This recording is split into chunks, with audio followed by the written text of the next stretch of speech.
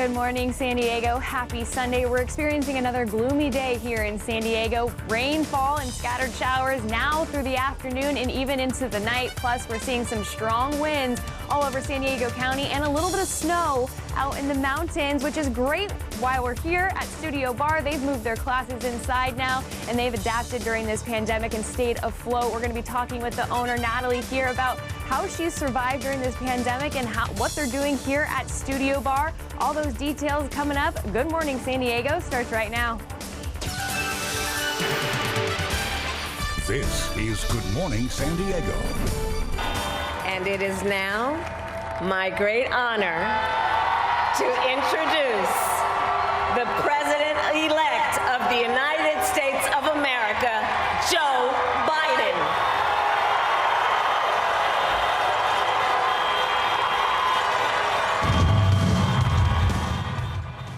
Well, Joe Biden is now being referred to as President-elect Joe Biden. That right there now, Vice President-elect Kamala Harris introducing him last night during the address to the nation. We have reaction from here in San Diego and across the world.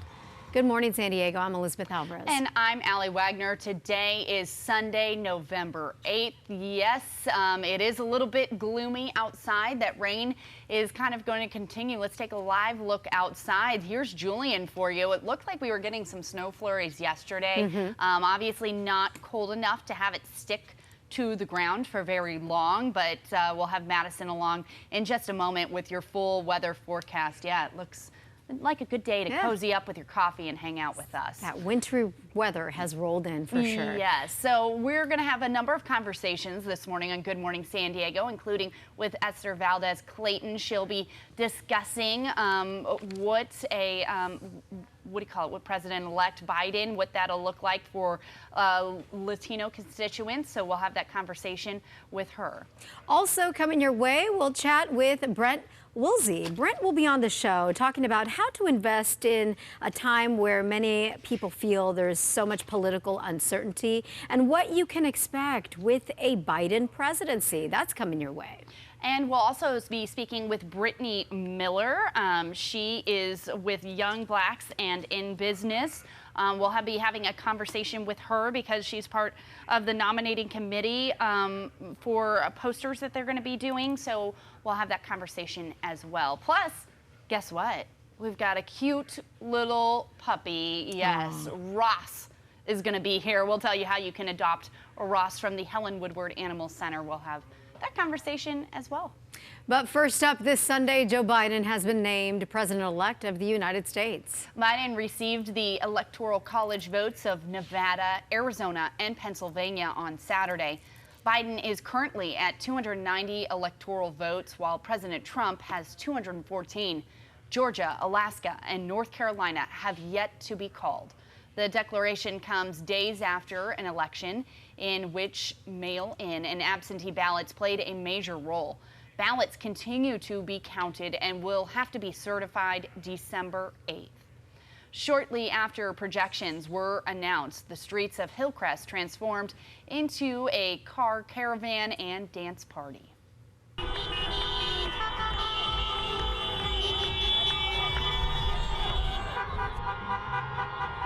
And this is the type of thing we saw from coast to coast. Supporters flooded the streets, honking horns and cheering with victory. The group pushing a message for peace, many of them.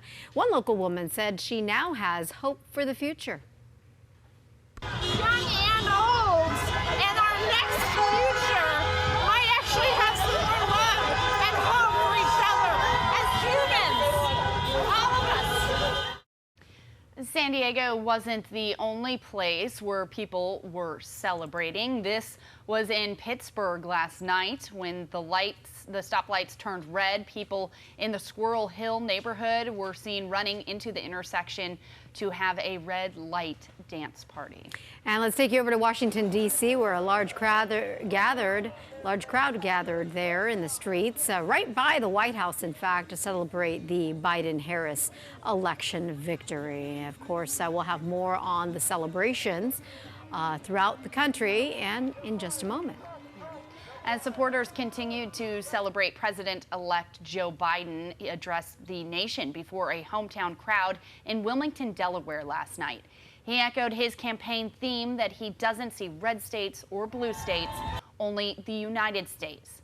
During his victory speech, President-elect Biden also asked Republicans to give him a chance. I pledge to be a president who seeks not to divide, but unify. Who doesn't see red states and blue states, only sees the United States. And work with all my heart, with the confidence of the whole people, to win the confidence of all of you. Vice President-elect Kamala Harris is using her victory speech in part to inspire young girls. She is the first woman, black person, and first South Asian to hold the title. While I may be the first woman in this office, I will not be the last.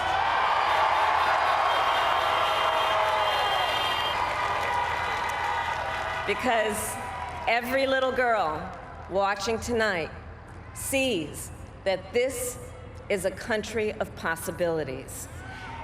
And to the children of our country, regardless of your gender, our country has sent you a clear message. Dream with ambition, lead with conviction, and see yourselves in a way that others may not, simply because they've never seen it before. But know that we will applaud you every step of the way. On Inauguration Day, Biden will be the oldest president in the United States history at 78 years old. Many world leaders are congratulating the pair on the victory. The South Korean president tweeted, "Our alliance is strong and the bond between our two countries is rock solid.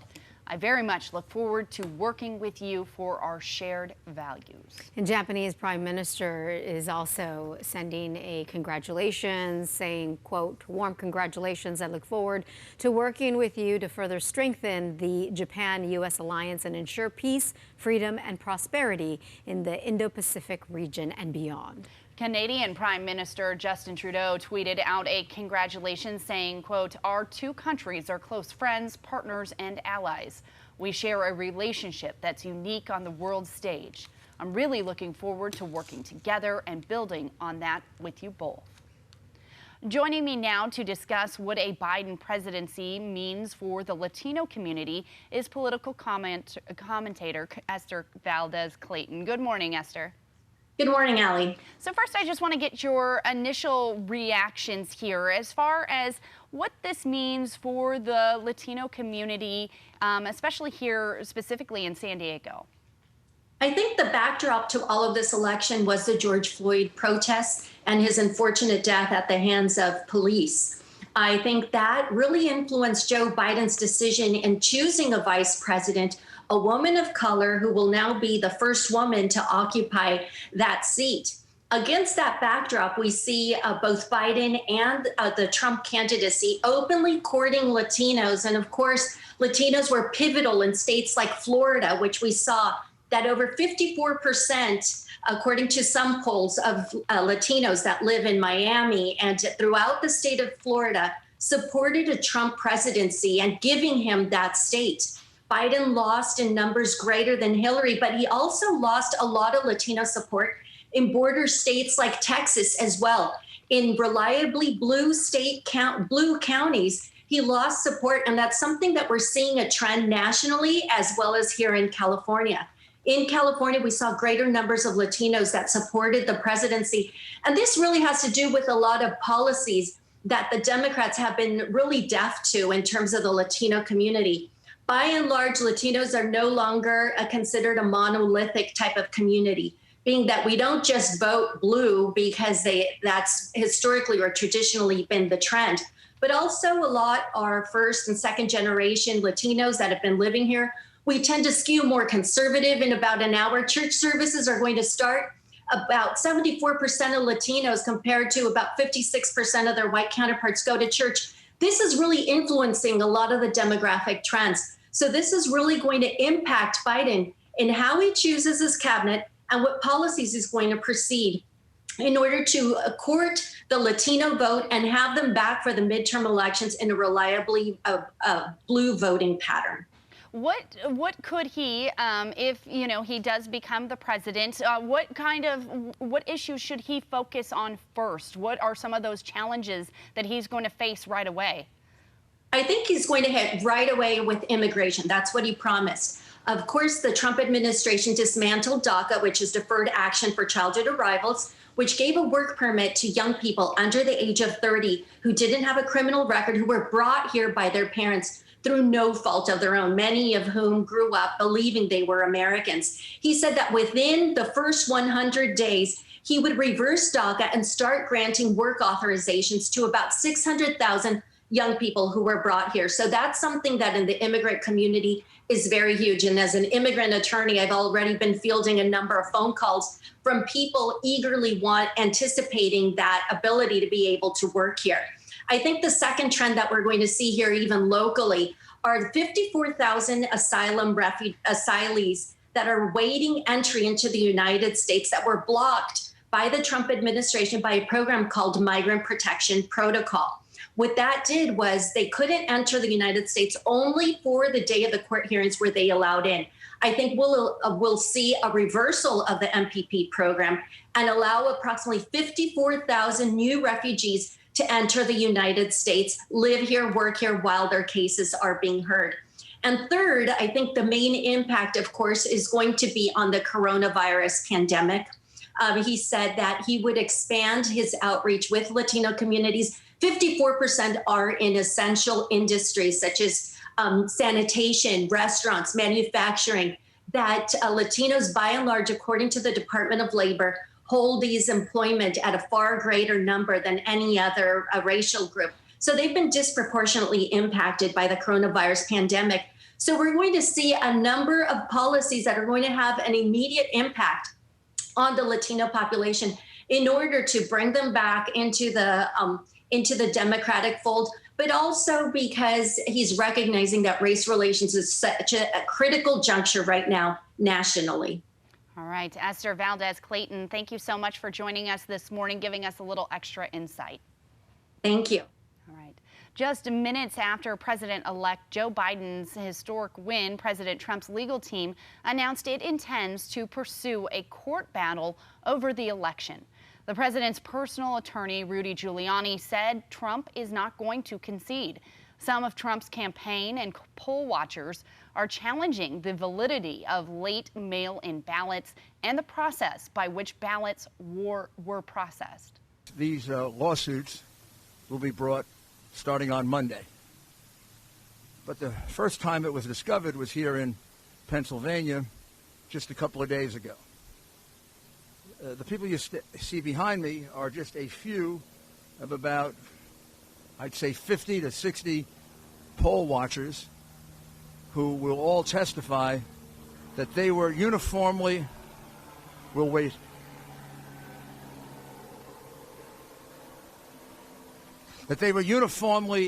deprived of their right to inspect any single part of the mail-in ballots. So when I go to the poll, it was basically they put us at 20 feet away, and they said no cameras, no phones, you cannot take pictures. I was even harassed by some of the Democratic Party poll watchers, and that is also recorded.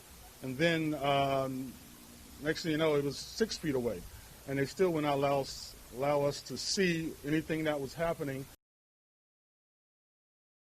Pennsylvania's top government officials say there has been no evidence of voter fraud, and poll watchers were given access to watch all ballots be recounted. Well, switching gears for just a moment here on Good Morning San Diego, there is this cute puppy that is looking for a forever home.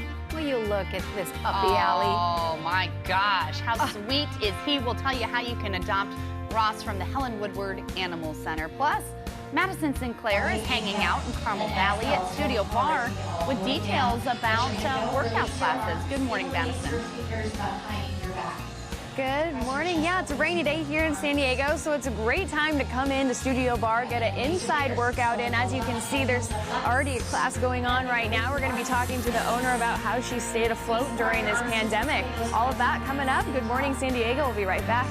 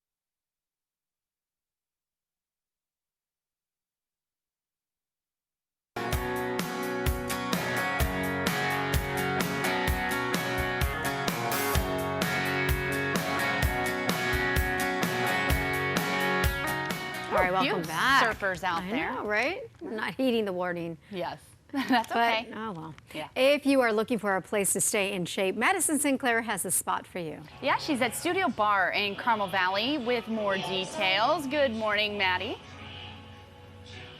Good morning. Yeah, it's a great day to come in and get a workout because it's raining outside. We're going to continue to see that rain all day today, heading into tonight as well. I already got my workout in as you were watching in the last hour, and they have another class going on right now, and all the classes keep going, which is great to see during this pandemic. And I have the owner of Studio Bar here with me, Natalie. Good morning. Thank you so much for joining us. Good morning. I wanted to ask you and start off, kind of tell us what Studio Bar is. Studio Bar is a workout we do based on the ballet bar. It's not ballet, it's just really just using those core muscles, really working those small movements. It's a low impact, really well for anybody who's looking to either start a workout or really just kind of tone, not, lots of the bulky weights or anything, so.